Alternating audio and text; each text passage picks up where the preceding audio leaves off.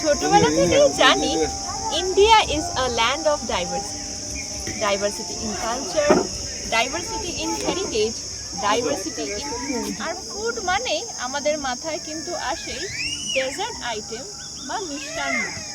কিন্তু শুধু কি বাঙালিরাই ডেজার্ট আইটেম খায়? তা কিন্তু একদম না। ভারতের বিভিন্ন জায়গায় নানা রকম ডেজার্ট আইটেম অ্যাভেলেবেল আছে। তেমনি আজ একটি ডেজার্ট আইটেম আমরা বানাবো যেটা গুজরাট এবং মহারাষ্ট্রে খুব ফেমাস।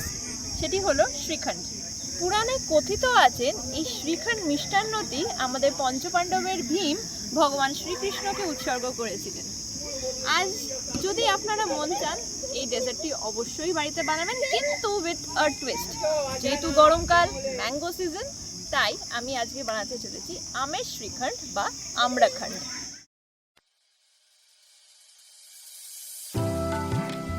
প্রথমেই একটা পাতলা সুতির কাপড় আমি এখানে নিয়ে নিয়েছি। এর মধ্যে 1 কেজি বাজারে পাওয়ার যে আমুলের টক দই হয় সেটা নিয়ে নিচ্ছি।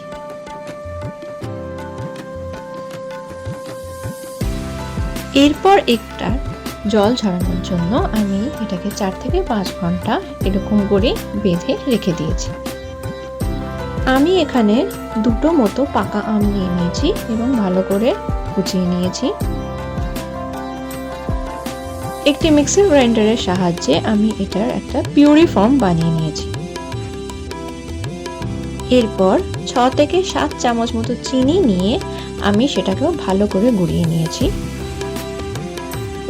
4 ঘন্টার পর আপনারা দেখতেই পাচ্ছেন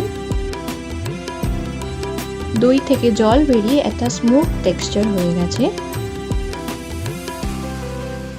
এই দইয়ের জলটা আপনারা রান্নাতে ব্যবহার করতে পারেন।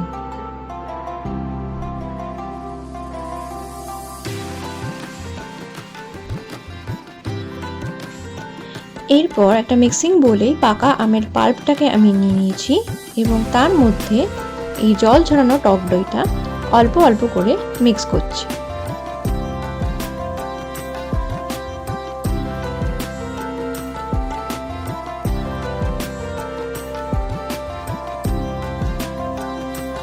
যতক্ষণ না একটা স্মুথ টেক্সচার আসছে অনবরত এটাকে নেড়ে যেতে হবে।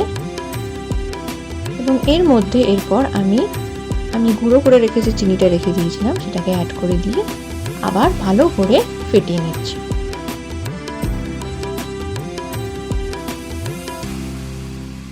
ফেটাতে ফেটাতে দেখুন একটা স্মুথ ক্রিমি টেক্সচার আমরা পেয়ে গেছি।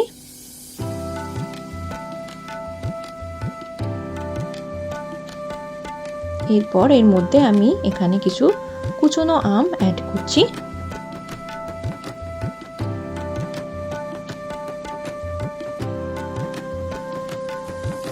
আর কিছু আম আমি গার্নিশিং এর জন্য রেখে দিলাম।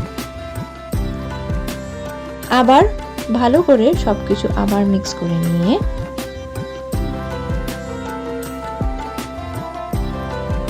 উপর দিয়ে কুচনো পেস্তা ছড়িয়ে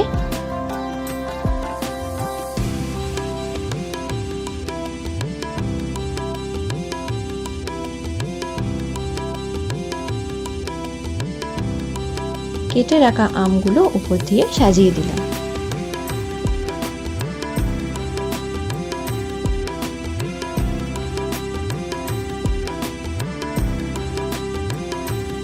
এরপর উপরে অপশনাল মতো আপনারা একটু জাফরান বা কেশরও দিতে পারেন এবং ফ্রিজের মধ্যে 4 থেকে 5 ঘন্টা রেখে ঠান্ডা ঠান্ডা গেস্টদেরকে সার্ভ করুন আম্রখণ্ড বা আমের শ্রীখণ্ড।